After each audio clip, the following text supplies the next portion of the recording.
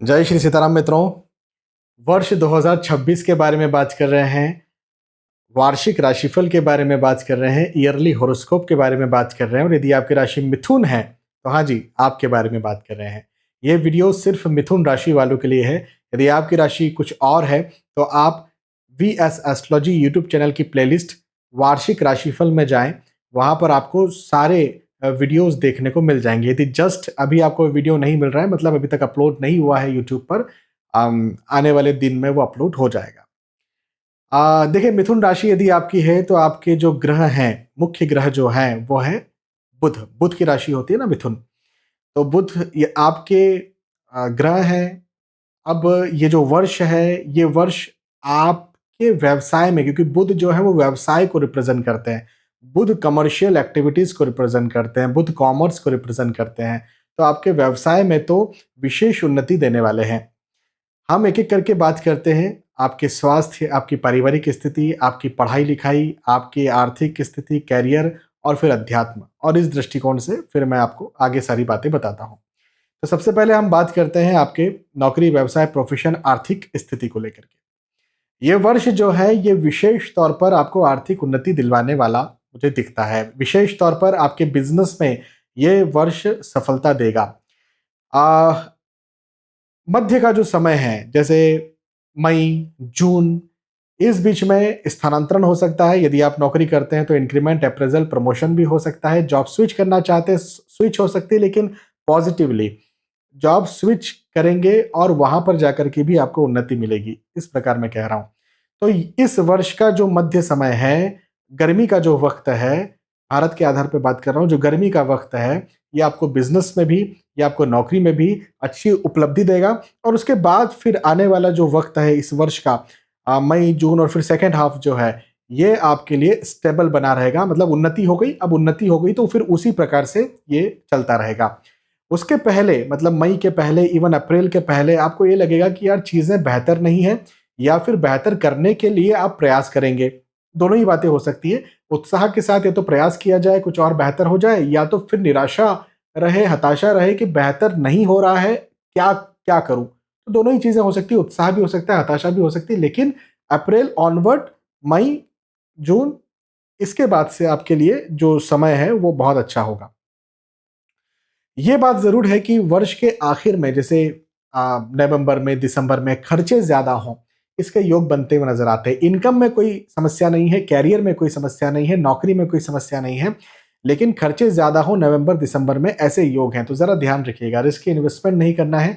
कोई भी खरीदारी यदि आप करते हैं, जैसे प्लॉट खरीद रहे हैं, कोई प्रॉपर्टी खरीद रहे हैं, कुछ भी महंगी खरीदारी करते हैं, तो पूछ करके खरीदें। मतलब एस्ट्रोलॉजिकल कंसल्टेशन लें, उसके बाद ही आप खरीदारी करें। तो कहने का मतलब है, कैरियर के दृष्टिकोण से तो ये वर्ष बहुत अच्छा है। इवन आर्थिक दृष्टिकोण से भी अच्छा है। वर्ष का शुरुआती 2-1 महीने, वर्ष के लास्ट के 2 महीने आपको उतना ज्यादा उत्साहित नहीं करेंगे, या फिर खर्चे या फिर पैसा ना रुके ऐसी समस्या में डालने का काम करेंगे। तो ये तो आर्थिक स्थिति, कैरियर के बारे में बात हो गई। वहीं पर जब आपके स्वास्थ्य के बारे में बात करते हैं, तो देखो इस वर्ष ना आपको चिंता बनी रहेगी कहीं ना कहीं, या फिर प्रेशर बना रहेगा। देखो क्या होता है ना कि इस वर्ष आपको जिम्मेदारी बढ़े, ऐसे योग मुझे दिखते हैं। तो जिम्मेदारी बढ़ती है तो टेंशन भी बढ़ता है, तनाव भी बढ़ता है, और जब तनाव बढ़ता है तो फिर मेंटली हेल्थ खराब हो जाता है, फिर इसके साथ साथ फिजिकल हेल्थ भी खराब होने लगता है।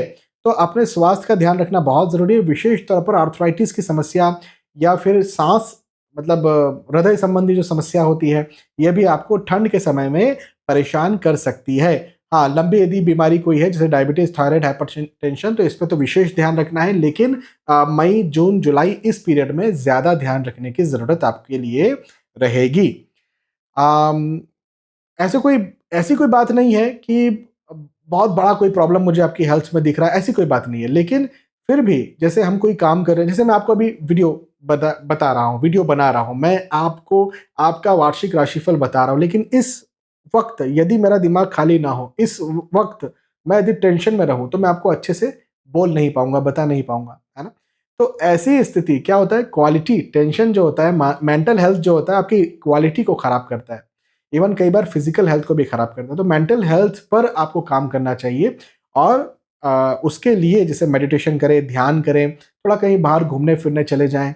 इस बात पर आपको फोकस रखना चाहिए। ये हो गया आपके स्वास्थ्य के बारे में।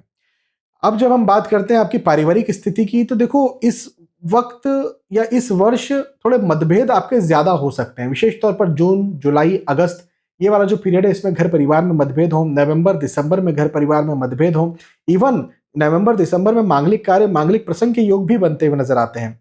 होता है ना कई बार शादी ब्याह में कई मतभेद हो गया। खर्चे, मैंने कहा था आर्थिक स्थिति में नवंबर, दिसंबर में खर्चे के योग है, तो मांगलिक कार्य, मांगलिक प्रसंग भी है, तो ये तो अच्छी बात हो गई, लेकिन मतभेद हैं और फिर खर्चे भी हैं, तो ज़रा इन बातों का आप ध्यान रखें। लेकिन उसके अलावा यदि हम बात करें वर्ष के स्टार्टिंग में, तो कोई ऐसी दिक्कत की बात नहीं है। इवन अगस्त में, सितंबर में, अक्टूबर में भी कोई पारिवारिक दृष्टिकोण से दिक्कत मुझे नहीं दिखती है। एक बहुत अच्छी बात मुझे यहाँ पर दिखती है कि इस वर्ष के आखिर में आपका विवाह तय हो, यदि आप विवाह के इच्छुक हैं तो विवाह तय हो, या आपके घर परिवार में कोई विवाह के इच्छुक है तो उनका विवाह तय हो, ऐसे योग ज़रूर से मुझे आपके लिए बनते हुए नज़र आते हैं। तो ये एक बहुत अच्छी बात है। थोड़ा मतभेद ऑन एंड ऑफ चलते रहेंगे, इसका ज़रा ध्यान दें, क्योंकि देखो मैंने कहा था ना अभी टेंशन, मेंटल हेल्थ में मैंने कहा था कि टेंशन बना रहेगा। जब टेंशन बना रहता है ना, तो फिर हम किसी को कुछ बोल देते हैं या फिर किसी की अच्छी बात को भी गलत तरीके से ले लेते हैं और उसकी वजह से फिर मतभेद बनता है, बढ़ता है। तो इस बात का ज़रा आप ध्यान रखें। उसके बाद में पढ़ाई लिखाई के दृष्टिकोण से बात करें तो भाई ये वर्ष आपको सफलता दिलवाएगा। पढ़ाई लिखाई में तो विशेष सफलता दिलवाने के लिए ये वर्ष आ रहा है। मार्च, अप्रैल, मई, लास्ट में जैसे नवंबर, दिसंबर, इस बीच में यदि कोई एग्जाम है तो आप अच्छे से दे पाएंगे, उसका रिजल्ट भी आपका अच्छा होगा। तो मैं तो इस वक्त को, इस वर्ष को आपके लिए पॉजिटिव समझता हूँ। हाँ ठीक है, बीच के कुछ महीने हैं जैसे कि जून, जुलाई, अगस्त, इसमें बहुत ज़्यादा उपलब्धि नहीं है, लेकिन ठीक है, उन महीनों में पढ़ाई कीजिए, उन महीनों में बहुत ज़्यादा ट्राई मत कीजिए जॉब के लिए, कोई एग्ज़ाम के लिए, उन दिनों में मत ट्राई कीजिए। उसके अलावा वर्ष के स्टार्टिंग में, उसके अलावा वर्ष वर्ष के लास्ट में, मध्य में ज़रूर आप ट्राई कीजिए, आपको अपनी पढ़ाई लिखाई में, आपकी एग्ज़ाम्स में सफलता देखने को मिलेगी। तो आर्थिक दृष्टिकोण से, माफ़ी चाहूँगा, आपके पढ़ाई लिखाई के दृष्टिकोण से, शैक्षणिक योग्यताओं के दृष्टिकोण से ये वक्त, ये वर्ष आपके लिए फायदेमंद होगा, लाभदायक होगा। और यदि आप संतान प्राप्ति के इच्छुक हैं तो संतान के भी योग ये वर्ष बनाता हुआ नजर आता है। कहीं ना कहीं इस विषय में खुशखबर आपको जरूर से मिल सकती है। अब देखो क्या है कि मिथुन राशि आपकी है, तो आपके अधिष्ठित देवता जो हैं, मैंने कहा था कि भाई गणेश जी हैं, मतलब मिथुन राशि किनकी है? बुध की राशि है। बुध के अधिष्ठित देवता कौन है? गणेश जी हैं। तो गणेश जी के मंदिर हर बुधवार को जाना ही जाना चाहिए। यदि आप ऐसा करते हैं आध्यात्मिक दृष्टिकोण से, तो आपके चाहे पढ़ाई लिखाई की बात करें, चाहे पारिवारिक दृष्टिकोण से बात करें, चाहे नौकरी व्यवसाय प्रोफेशन की बात करें, चाहे आपके स्वास्थ्य के दृष्टिकोण से ही क्यों ना बात करें, आपके लिए ये वर्ष बहुत अच्छा हो जाएगा और लाइफ में क्वालिटी आएगी। गणेश जी के मंदिर जाकर के गणेश जी को प्रिय मोदक का भोग लगा दे, और अच्छी बात, नारियल भेंट जरूर करना चाहिए। उनको प्रिय दुर्वा भी है। दुर्वा एक हरी घास होती है, जो स्पेशल घास होती है, श्री गणेश जी पर ही चढ़ती है, वो भी श्री गणेश जी को यदि आप चढ़ाएं तो और अच्छी बात है। लेकिन एटलीस्ट आप गणेश जी के मंदिर तो हर बुधवार को जरूर जाइए। साथ ही साथ एक अथर्व शीर्ष होता है, गणपति अथर्व शीर्ष, ये किताब होती है गणेश जी की, ये भी यदि आप हर रोज सुबह के वक्त करते हैं तो इस वर्ष बहुत ज्यादा आपको लाभ देखने को मिलेगा। ठीक है, तो यहाँ पर मिथुन राशि का वार्षिक राशिफल, वर्ष 2026 राशिफल, ईयरली हॉरोस्कोप मैंने बताया, जैमिनी ईयरली हॉरोस्कोप मैंने बताया। मुझे विश्वास है कि बात समझ में आई होगी, वीडियो पसंद आया होगा। यदि वीडियो पसंद आया है तो कमेंट करके जरूर बताइए कि पसंद आया। फिर मिलेंगे आने वाले वीडियोस में, तब तक के लिए आज के इस वीडियो आपसे विदा चाहता हूँ। जय श्री सीताराम।